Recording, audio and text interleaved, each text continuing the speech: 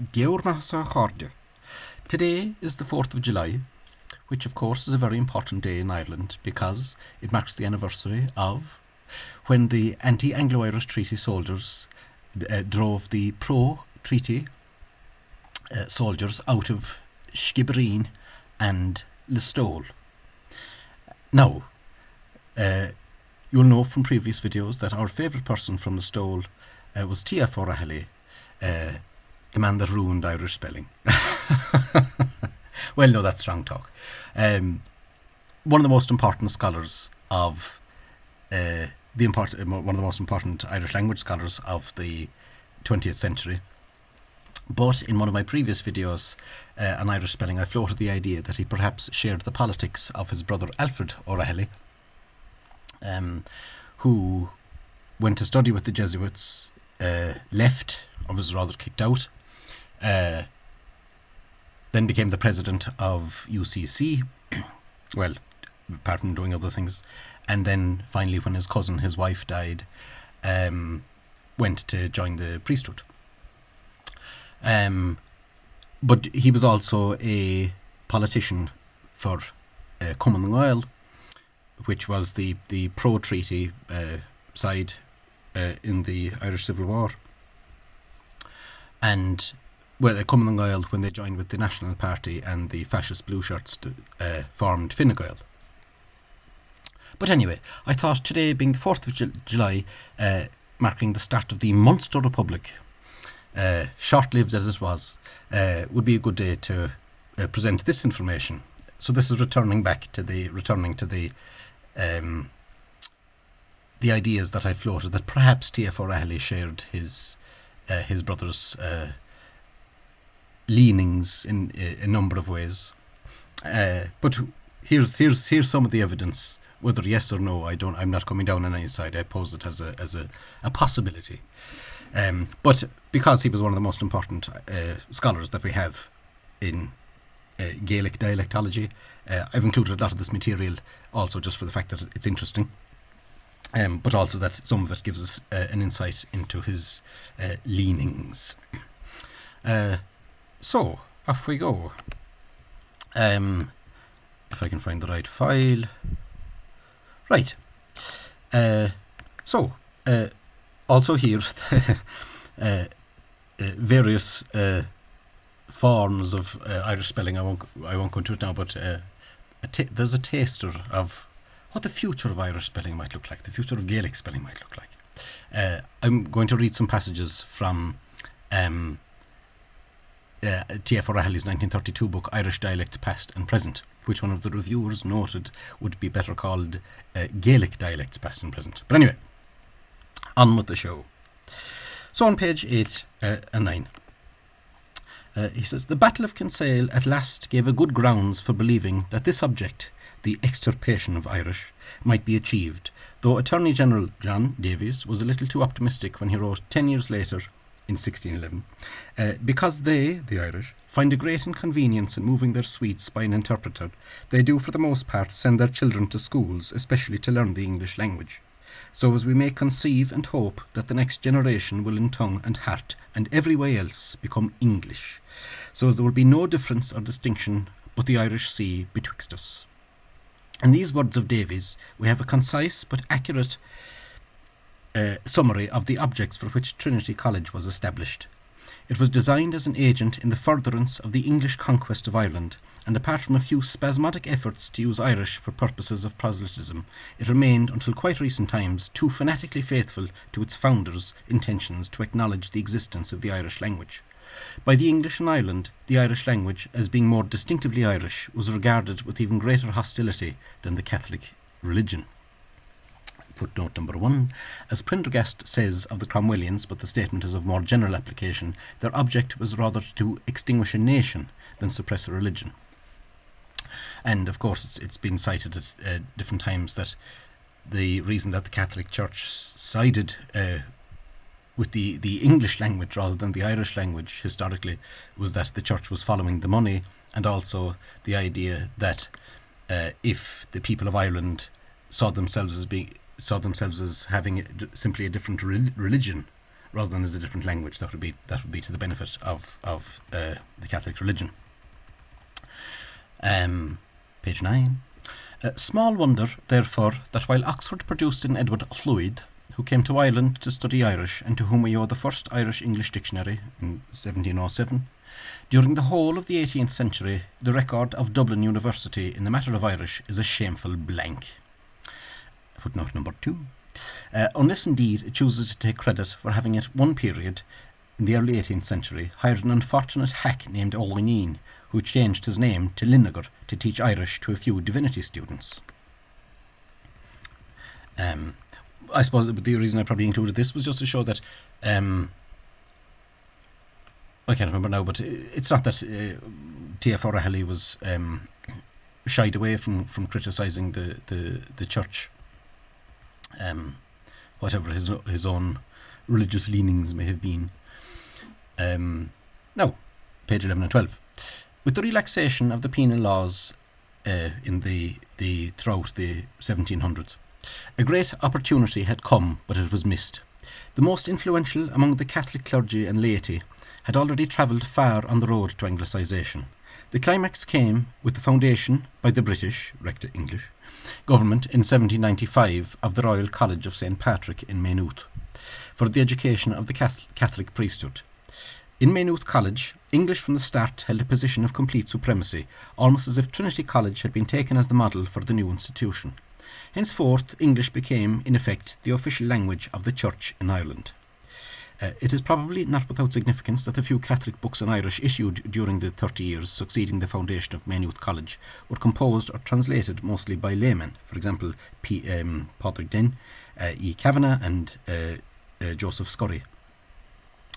In the short space of a century and a half at most, the Church, when it might have been the bulwark of the national language, that is the Irish language, as the nonconformist churches were in Wales, had, on the linguistic side, definitely turned its back on the Irish tradition.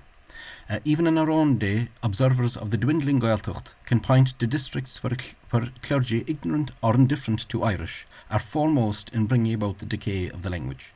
Simultaneously, the clergy in other parts have been very properly been calling attention to the ever-increasing circulation in Ireland of immoral and irreligious English publications, surely a case of reaping the whirlwind. The consequences were disastrous. The Catholic elementary and secondary schools, which soon afterwards began to be established, treated the Irish language as non-existent, and the debacle was complete when the national schools joined in a generation later, and when the terrible famine and the subsequent emigration swept away millions of the Irish-speaking population. So again, he wasn't beyond criticising the Catholic Church and their attitudes to the Irish language. Now, the attitude towards Irish of a learned body like the Royal Irish Academy, founded in 1785, is significant. In connection with Old and Middle Irish, it has, especially during the last half-century, done a good deal of valuable work, yet in the many hundreds of papers published in its transactions and proceedings, one may indeed meet with dissertations on the spoken language of Torres Straits, but nothing at all about the spoken Irish language until the publication of a paper of Sommerfeld's on the sounds of a couple of Munster dialects a few years ago, in 1927. Now, page 14. The Gaelic League was founded close on 40 years ago with the object of preserving and extending the use of Irish as a spoken tongue. In its monthly organ, the Gaelic Journal, much good work on dialects was done by Joseph Lloyd or Joseph Lloyd and others in the 90s of the last century. Father Eugene O'Growney was keenly interested in the spoken language, and had he been spared, he might have accomplished much. The weakness of the League from the beginning was that it was essentially a townmen's organisation, centralised in Dublin, and never took real root in the Irish-speaking or semi-Irish-speaking districts. Moreover, the old idea that the Irish of the people was merely the corrupt speech of an illiterate peasantry was subconsciously, and probably still is, in the minds of some of its leading members, and this attitude of mind inevitably led to the estrangement from the League of Canon Peter O'Leary, Padre O'Leary, the tireless champion of the people's speech and the creator of a new Irish prose based on the language of our day. A footnote here. Charity bids us draw a veil over the activities of the Gaelic League in recent years, where the modicum of energy it possesses is largely expended on matters ranging from dancing to politics, with which it has no concern. In extenuation, it might perhaps be pleaded that the name of the organisation, the Gaelic League, instead of some such name as the Irish Language League, is partly to blame, for the word Gaelic in such a connection has been emptied of all precise meaning ever since it was misappropriated by the body known as the Gaelic Athletic Association. Now, I've included this because it's particularly interesting dialectically, but also, well, I'll have something to say about it once I've read it out. Page 17 to 18. Of dialects in the Old Irish period, nothing tangible is known. Yet some imaginative people have not hesitated to enlighten us as to the dialects of prehistoric Ireland. The late Dr. Hennebrey, footnote, at the back of his mind, Hennebrey appears to have had the idea that the Waterford dialect was introduced into southeast Munster some 1500 years ago by the Déise, who had been expelled from Meath. Dr. Hennebrey declared that his own County Waterford Irish represented a dialect which, quoting, in prehistoric times was spoken in the territory south of a line from Dublin to Galway, including practically the whole of Leinster, a portion of southern Connacht, together with north and east Munster. No less childish, says O Rahilly, are the following remarks of another scholar whose imagination has been captivated by the glamour of our ancient royal courts. Quoting, in the old days, the language of Westmeath was probably the nearest to the standard, as it would be largely modelled on the court language of Ishnuch, O Rahilly questions. It is quite likely that the gravitation of the language of culture changed about from Cruachan to Meath to Alioch, Westmeath, Keen Corra, Dunmore or Tyrone, as the court or political centre was at one or other of these places. End quote. It is to be hoped that the patriotic Louth men will not allow their dialect to be thus thrust into the background by jealous rivals, for surely the Louth dialect must be the noblest Irish of them all, as having been spoken by the great Cuchulainn in his court of Dún Dealgan. Now, something I'd like to say about this actually is that he's poking fun at these people and tongue in cheek about the dialect of Louth being ignored. Of course, Louth was a part of Ulster under the English administration up until 1596, but linguistically Louth is a part, or Gaelically is a part of or at least we can consider it an Ulster dialect. It is an Ulster dialect, and also a particularly conservative one in that, for example, GHs and, well, DHs, which are broad DHs, came to be pronounced as GHs, were preserved. So the dialect of Louth shouldn't be thrust into the background. That's my opinion. But anyway, I did float the idea that he was that O Rahilly, D.F. O Rahilly, was because if he did share his brother's politics as being anti-Ulster, because of some strange notion that it was perhaps contaminated by Scottish Gaelicisms and perhaps forms of Protestantism in Scotland, that he would have taken a dislike to Ulster Irish, including Louth.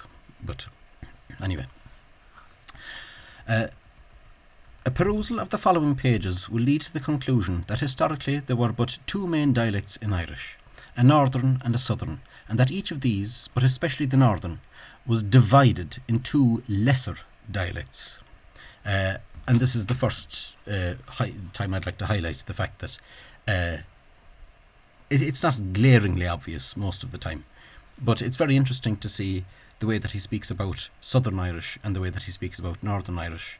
He tends to speak neutrally or positively about Southern Irish, but sometimes more negatively when he speaks about Northern Irish. So here we have, for example, but especially Northern was divided into two lesser dialects, which themselves, especially in later times, were not free from minor internal differences.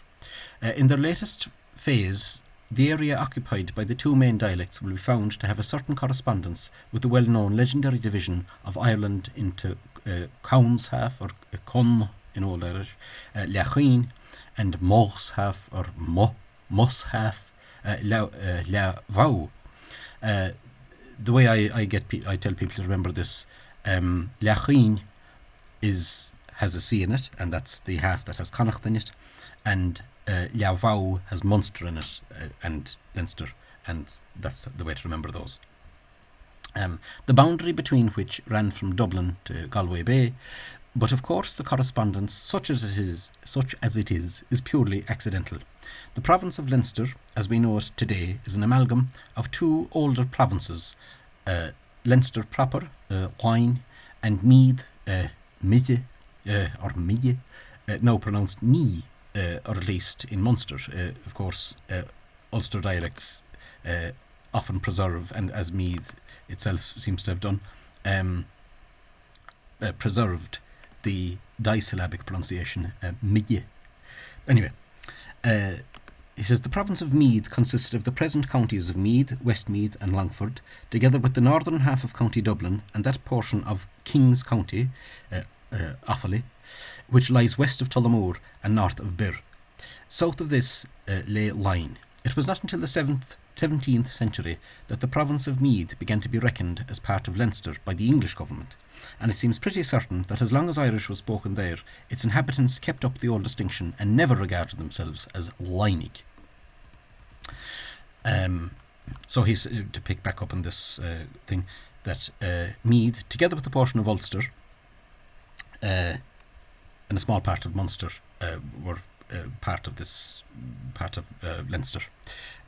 This footnote here, County Louth, which was regarded as part of Ulster until the 17th century, and I've added my own little note there that it was actually in 1596 that it was first transferred by the English government from Ulster to Leinster for their own particular political reasons.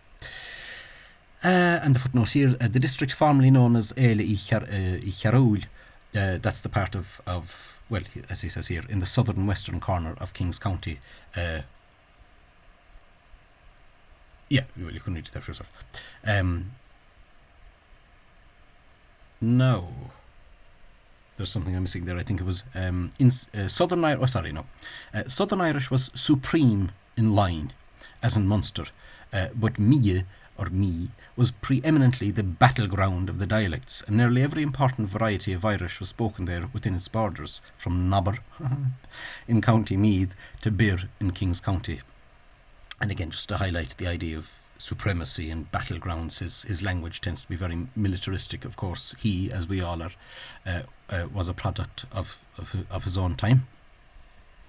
But it's interesting that he criticises others on the same page, actually, for this imagination where he himself then uses that same imagination to suppose that Mee was preeminently the battlegrounds of the dialects. From what I know of Meath Irish, it doesn't seem particularly mixed. It seems very clearly Ulster Irish, or Ulster and Meath Irish are the same form, whatever you call it. But anyway, on with the show. Page 19 then. I have used the unambiguous names King's County and Queen's County in preference to the misleading and historically unjustifiable Offaly and Laois. I would agree with him here. I'm going to make a separate video about this, but I'll push on for the moment. But I just thought that's worth mentioning. That branch of Gaelic which is spoken in Scotland I have referred to sometimes as Scottish, as I do myself, but more frequently as Scottish, abbreviated SC, simply. Or Scottish Gaelic, perhaps, which is its a correct name historically. Down to the 16th century, the English spoken to Scotland, presumably in Scotland, was invariably called Inglis by the writers who employed it, and they reserved the name of Scottish to designate Gaelic or Erse, the tongue of the original Scots who gave their name to the country. In the 17th and 18th century, Scottish Gaelic was known in English as Irish or Erse. I have a lot to say about that, but I won't say it in this video. In quoting Scottish words, I have discarded the quite modern innovation of using the grave accent, that's the accent that falls from left to right, as a length mark over vowels, and have used instead the acute accent, which rises from left to right, as in Irish. The acute accent seems to be the only one employed by 18th century Scottish, as in the writings of Alex MacDonald, around from 1768 to 1790. Have I left something out there? Possibly. Anyway, Don Choban Macotaid. Right, pushing on, page 20. Now, this is where we start to get a bit more negative. In studying the historical development of Scottish, two collections of verse are of particular importance and will often be referred to. Each of them is written in a peculiar orthography of a wholly unorthodox and rather repellent type, which yet has its merits in enabling us to form a fair idea of the dialects spoken by the scribes. And later on, in connection with the historical development of Manx, frequent reference will be made to the translation of the Book of Common Prayer made by Bishop Phillips, a Welshman, and completed in 1610, which is the earliest extant document written in Manx. The system of Manx spelling devised by Phillips has, with some subsequent modifications for the worse, held the field ever since, but it is an abominable system, neither historic nor phonetic, and mainly based on English. I will speak about Manx spelling in the future. It's not at all as bad as people make it out to be, and sometimes it's actually better. But anyway, we'll push on for the moment. Page 21. The following chapters are devoted to the peculiar developments of Manx and Scottish and the relationship to each other, and likewise the peculiarities of Ulster Irish and its relationship to Scottish. Now, one may say that this particular, the way he's using the word peculiarities, might simply mean the details, but there's always that little hint when he mentions Ulster Irish and Scottish. I've included examples of when he mentions Munster as well. He tends to be much more neutral, or he tends to be neutral. Page 22 then. So here's an example of, for example, neutrally referring to Northern Irish. In the combination CN, GN, MN, TN, KN, GN, MN, TN, Northern Irish has substituted a nasalized R for N, while Southern Irish retains the N.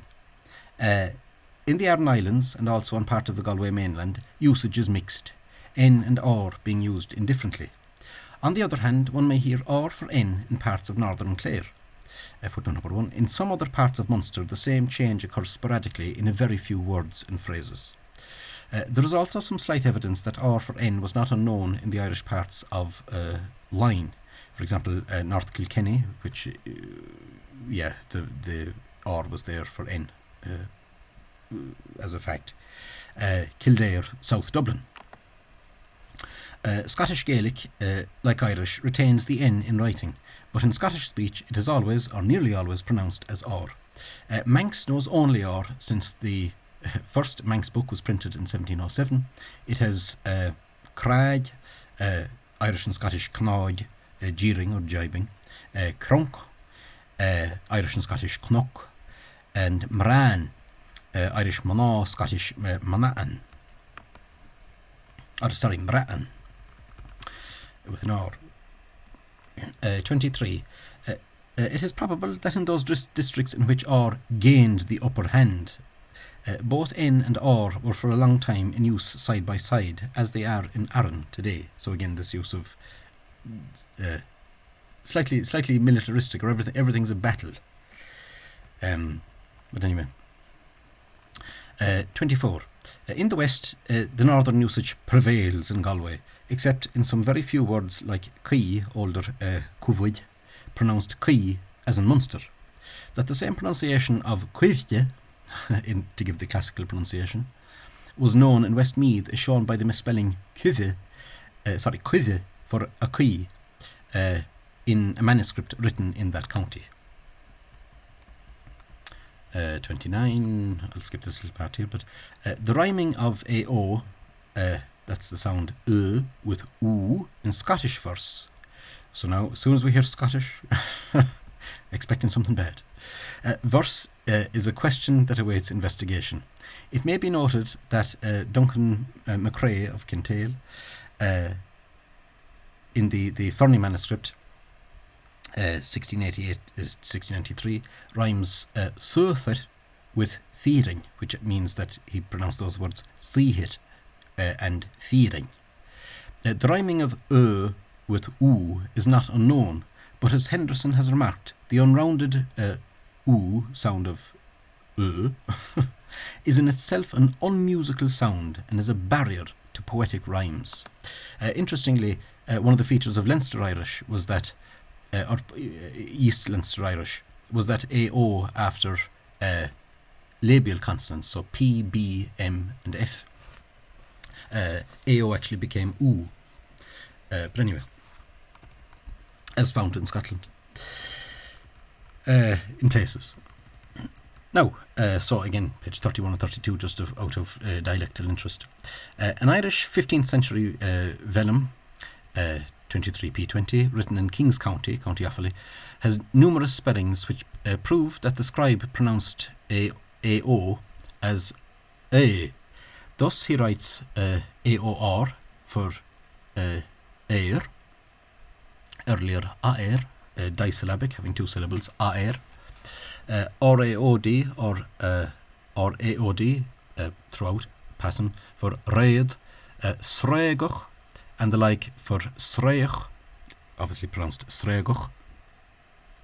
Similarly, he writes AO or A for the O for final AOI in words like the following. Nahe, deliver, foe, under, now fe in Southern Irish in Munster, and loy, genitive of law, day, as it is now in all dialects in Ireland. Page 33. The spread of E at the expense of in Donegal, for example, Gael rather than girl, is probably to be accounted for in the same way. Again, just the idea of something gaining the upper hand at the expense of something else, rather than just using more neutral language like replaced.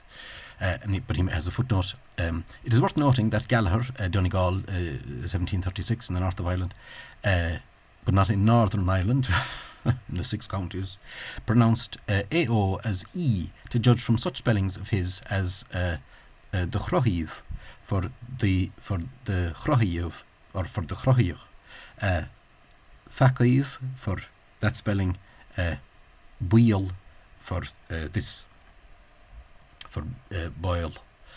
Anyway, danger. 35 to 36.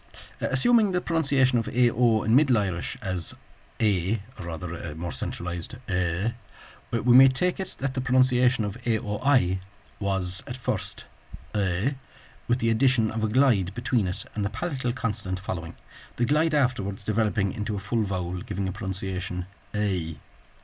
The next step was that the I lengthened at the expense of the which was shortened and reduced to the position of a mere glide, the result being the current pronunciation E in those dialects that have it, so Connacht, for example, where they pronounce AO as E, whereas in Munster it's A.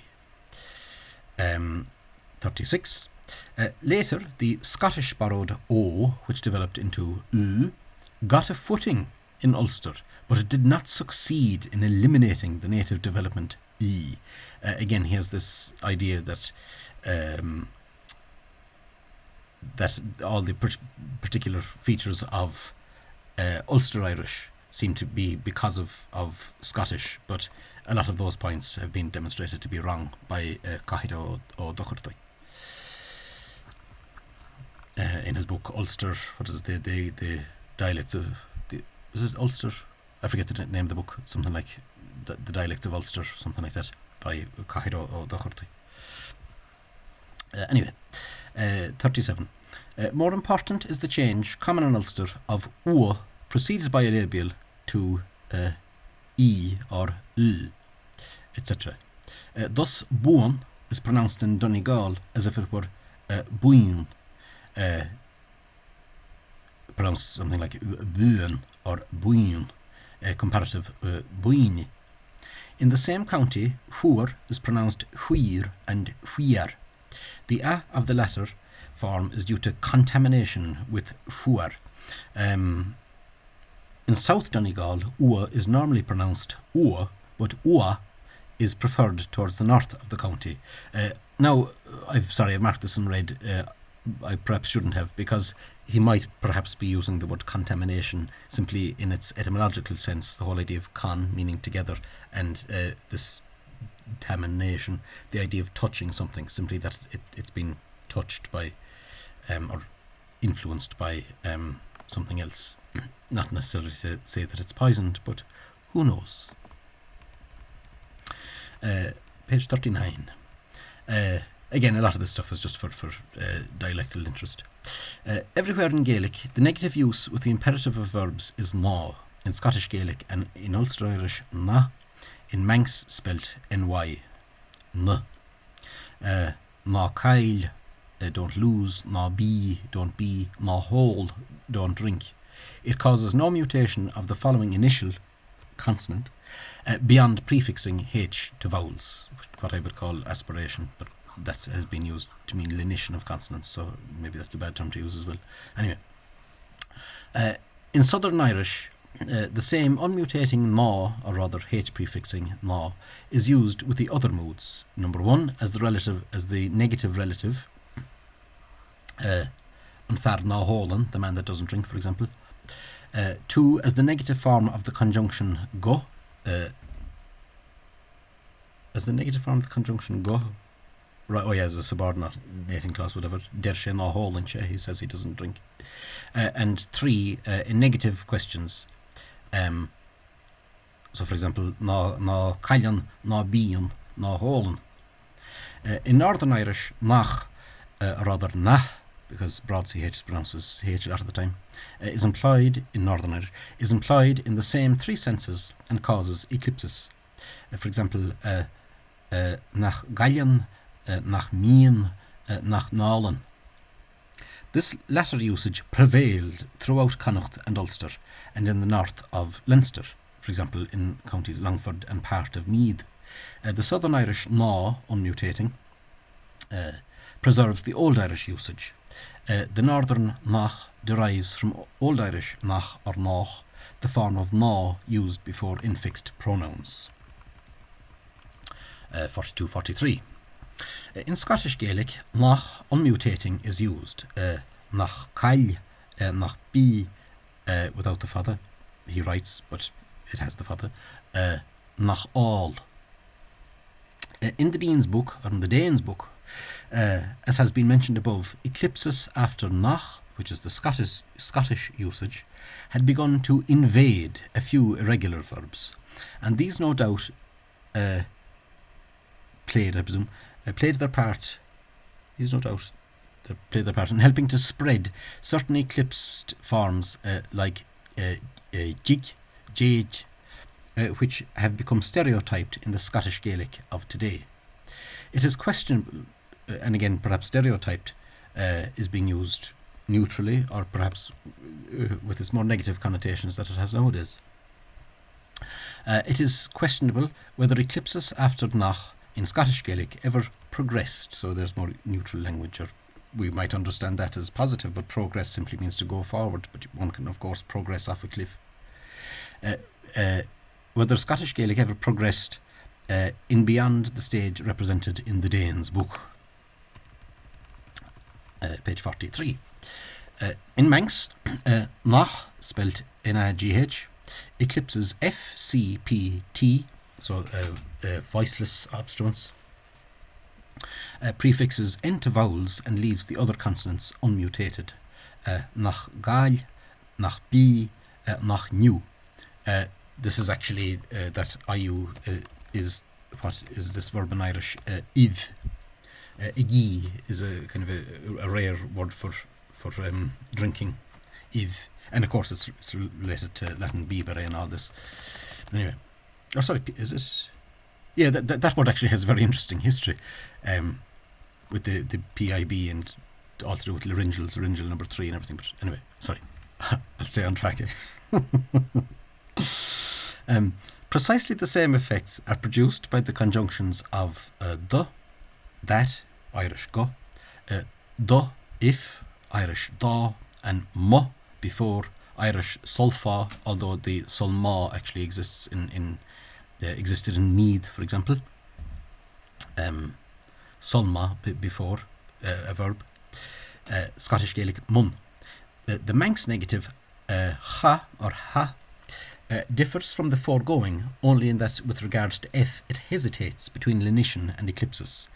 Chanage, chavage, he will not leave. So here we find the chan leniting the f to nothing, making it silent, or here the cha eclipses the f, the f to v.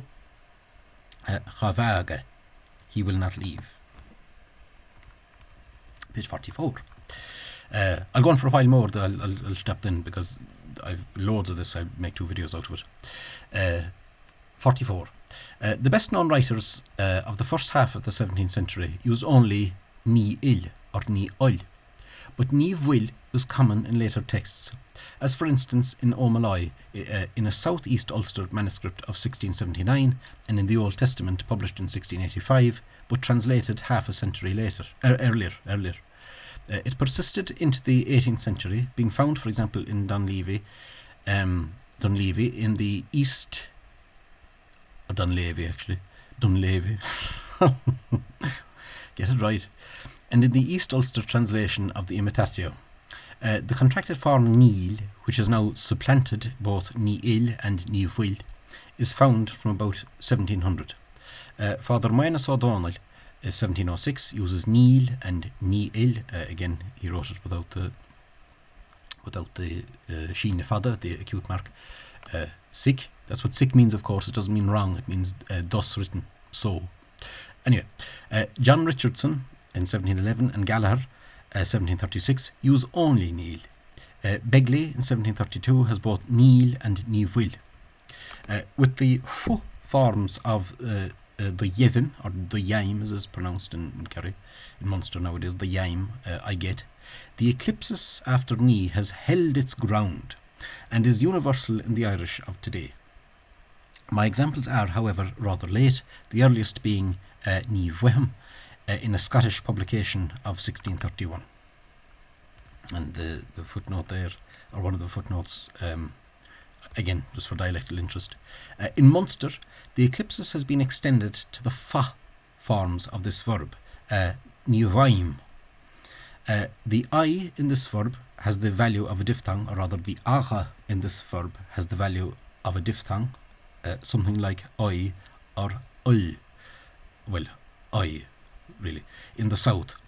But in Northern Irish it has the value of a. This is why actually it would make much more sense to spell that as this, if my computer isn't frozen altogether, rather than the current standard, this, which can only be pronounced as Fayim, whereas this pronunciation, everyone can get their pronunciation out of it, the Munster person and the Ulster person. For example, this in Antrim and in Tyrone, if I'm not mistaken, was actually firm, where the AGHA has this sound, firm. So again, one of the blunders in the Caidiana figure. Further, the uye of the future and conditional has, probably on the model of ragad, ragain, which in Munster is nowadays pronounced raid and rain, I will go, I would go, been replaced in Munster by aga, so ni vaid, I shall not get, whereas the historical form would be ni vuyad, becoming ni vuyad. Anyway, 46. Munna, a compound of ma, if, and ni, originally lenited, so if you like, put a H after the consonant, softened, but now eclipses in Irish. The current forms are mara in Southern Irish, although munna, I must say, is also used, and mur, pronounced mur, in Northern Irish and in Scottish. The earlier usage, lenition, survived in Irish until the 17th century. Eclipses after Munna first arose in the same circumstances as eclipses after Ni. The Glen Mason manuscript has already Manna Bhuil. The Dane of Lismore has, Murhui, Mur from Munna, and then Bhuiu. A Queen's County manuscript of 1596, so basically an Offaly manuscript of 1596, has Munna Bhuilid, if they are not. Munna Bhuilid. And that might be interesting actually, that you often find in the Midlands, as in Mayo, to this day, and as was the case sometimes in Kilkenny, that U between broad consonants was actually pronounced as an I, tisse, rather than tusse, and we seem to have an example of that here as well. Munna instead of Munna. Anyway, page 49. An originally short vowel followed by an originally long liquid or nasal LMN, NG or R, is particular, to give it its Irish pronunciation, is particularly liable to modification in the modern Gaelic languages. Notice that he considers them separate languages. What is a language? But when another vowel immediately follows the liquid or nasal, the short vowel is always retained. Compare glana with glaun and glaunta. That's the Munster pronunciation. Presumably this is so as a rule, even if the following vowel is an epenthetic one, an inserted one. That's what epenthetic means, inserted. So for example, in Old Irish, farge with this palatal trill, farge became farge everywhere. Gartha became garge, and then later gari in Munster. But there are exceptions, as in the South Donegal, Goari from Gartha and Parus from Parthus, in which the A of the first syllable, before the development of an epenthetic vowel between the RR and the DH. So basically what he's saying is that when the word was pronounced as Gartha, Gartha first became Gartha, and then the epenthetic vowel was inserted. And the same with Parthus, paradise. Parthus became Parthus, because the RR wasn't immediately followed by a vowel. And then the vowel was inserted. I would actually take these as, as he says himself, contaminated forms from two different pronunciations. But anyway, possibly, however, these are contaminated forms, exactly. Gari, for example, might arise from a blend of garche and gari. Although I think, I don't want to stall too much now to think, but I think he's actually wrong on his assessment of that. Yes, that should actually be a DH by him, because it wouldn't have, as in the R only became strong because it was in front of a dental consonant at the time, when DH still represented a dorsal, a tongue front consonant. Anyway, on with the show. 54 and 55. Inasmuch as Ite has also given E in the Irish of the northern half, while Ije or Ije has become E everywhere, we see that three distinct endings have become confused in Northern Irish. For example, Cannaich, Cannaich and Cannaich have all fallen together as Cannai, whereas Munster Irish keeps the three distinct as Cannag, Cannai and Cannahe or Cannahe, respectively. And the footnote, Scottish Gaelic also keeps the three endings distinct, Cannach, Cannache and Cannachche. For the CH, see page 56. The participle termination che or che has spread to all verbs in Scottish Gaelic and Manx, as it did seems to have done in Kilkenny Irish, according to John O'Donovan. Anyway, We're almost there for this part. 55 to 56. In Irish, as we have seen, I and is have had precisely the same development, for both fell together many centuries ago when the lost its dental character and came to, or rather, its dorsal character would be more correct, using the front of the tongue. It needn't touch the teeth. And came to be pronounced as guttural spirant, r when broad and y when slender. When we turn to Scottish Gaelic, we are confronted with a different state of things, for in that language, original I and original is have in countless words been kept quite distinct. And again, I've highlighted this in blue just to show that here we have a mention of Scottish Gaelic spoken neutrally or perhaps even slightly positively. What happened in Scottish Gaelic appears to be this. At an early date before the had ceased to be a dental spirant, so before DH had ceased to be a dental spirant, unstressed IGH, I, whether final or otherwise, became ICH in most of the Scottish Gaelic area, and it still remains so today and is so spelt. Thus in Scottish, Mullach, or Mullach as it's said in Munster, but I'm trying to give it the classical Gaelic pronunciation, has genitive Mullich, early modern Irish Mullich, and in Scotland plural Mullichan, whereas its early modern Irish plural was Mully, or sorry Jesus, Mully. Similarly, Scottish has Báithich, a buyer from bow, and taich, a house, bow being a cow, Abwich, or Abwich, ripe, Meenich, explain, Cannich, to buy, Cannich, a buyer, Old and Middle Irish, Cannich, Fiorich, to inquire, Middle Irish, Fiefrigit. I'll go back and read that footnote. On the other hand, corresponding to these nomina agentis, the names of agents, the names of doers of things, in Iche, Scottish forms abstracts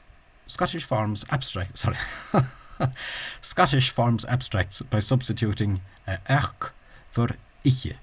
For example, canocht,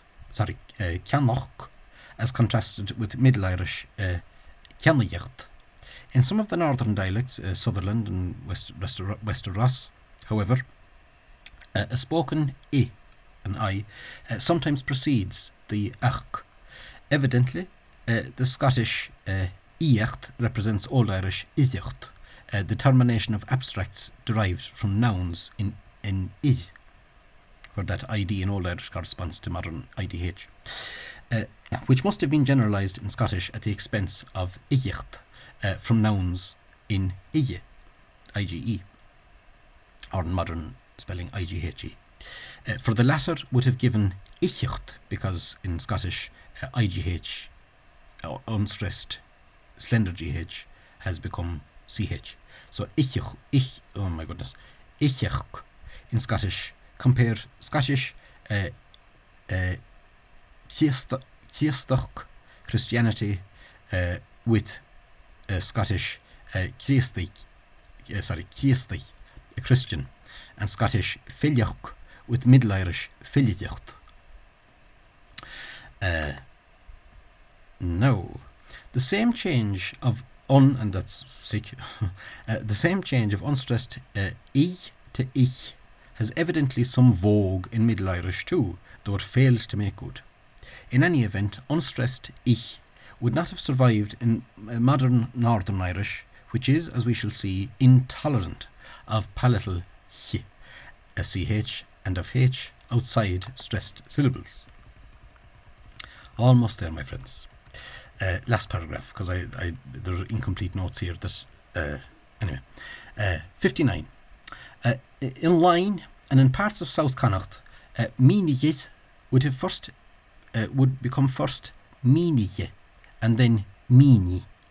As types of imperatives, we should there have brish, mine, plural, as in the order to ye, brishe, break ye, mini, explain ye, as an order. The disadvantage of having the ending I, singular, in forms like mine, and plural in forms like brishe was remedied by making the latter brishi in imitation of meany. This still left b without a distinct plural. Once the final spirant of its old plural, that is the dh, b, had dropped out of pronunciation, the obvious temptation would be to remedy the deficiency by borrowing beagie from some neighbouring Northern Irish dialect, and once borrowed, it is conceivable, or as I've spelt it, conceivable, that the ending of igi or igi might spread to other verbs. Now that's only some of the notes. There's loads more. You'd think there that I'd have written out the whole book. But that just gives you an idea of, well, it's there for dialectal interest mostly, but it also gives you an insight into the way that T.F. O Rahilly thought and about this place influences that, and a lot of the metaphors he uses are military, or all about plantation or supremacy and whatever. The second half, I'll stop here, but the second half gets even better, bit juicier. So I'll stop there now for the moment. And I have another video to make up for July 3rd. I haven't forgotten about you with your July and Chabosh special. Right, slán go fóilín.